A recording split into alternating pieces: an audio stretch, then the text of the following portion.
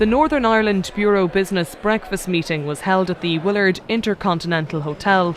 The hosts of the event was the First and Deputy First Ministers for Northern Ireland, Peter Robinson and Martin McGuinness. In Northern Ireland we have our ups and downs in political terms, and I'll touch on that in a moment or two. But Northern Ireland has been transformed immensely. A very different place from what it was 20, 30, 40 years ago.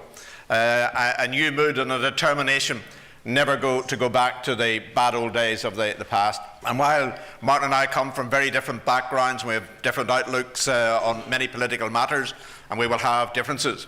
On this we are absolutely agreed that we are determined never to allow Northern Ireland to go back.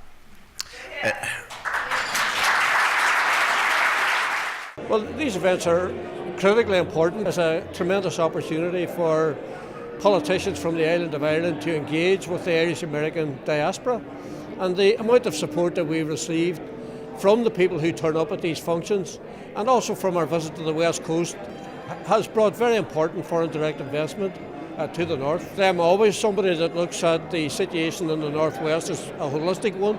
Derry and Donegal, our fortunes are interlinked.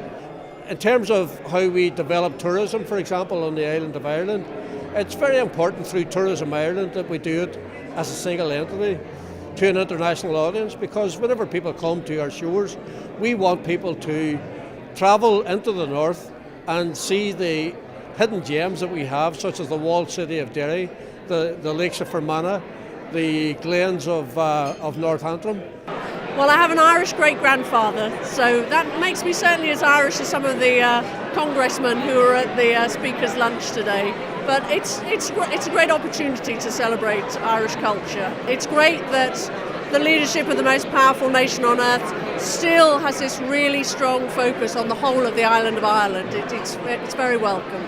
I think it's a real opportunity to showcase what's been achieved across Northern Ireland and the Republic of Ireland, because we need to promote greater economic links between the US and Ireland and Northern Ireland to get out of the recession that has been so tough, both north and south. As always at these events, we don't have to look too far to find people with Donegal links. I came first when I became chairman of the International Fund for Ireland in 1993. This is my 21st year here. I've only missed one, and I don't intend to miss any more if I can avoid it. You meet so many people who are here in the United States. You also meet a lot of friends from Ireland, both north and south, and there's a lot of business, a lot of ideas get discussed here, and a lot of practical stuff comes out of events like this. I think it speaks volumes for America, the type of society that it is. It's a multiracial, multicultural society, and I think that we in Ireland can learn a lot from that. That it's a strength. The fact that people have differences in religion and is a strength, not a weakness, and they need to harness that energy and work together to move forward, because it'll benefit the next generations that come behind, and that's really what it's all about. Extend a special welcome to Anne Anderson, the newest ambassador of Ireland to the United States.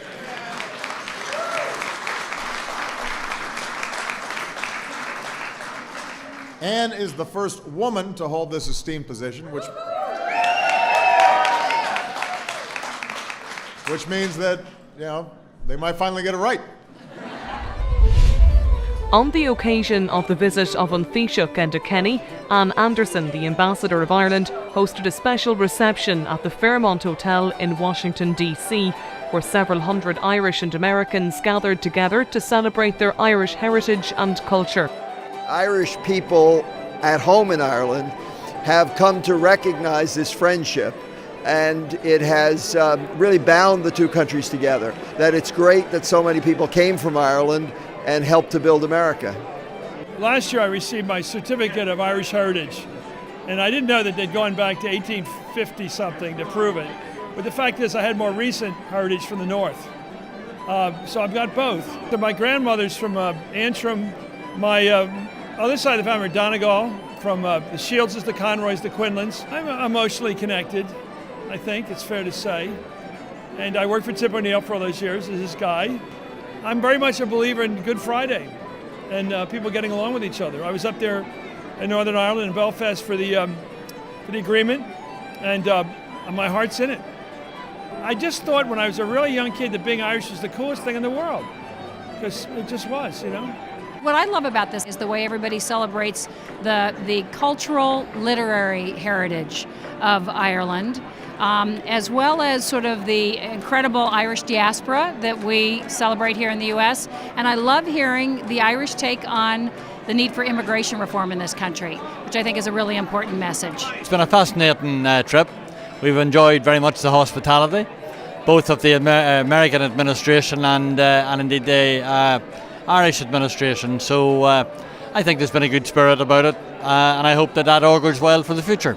The access that we get over the number of days that we're here is fantastic. No other country gets that such open access to the White House, to the President, to the Vice President, and to Congress as well.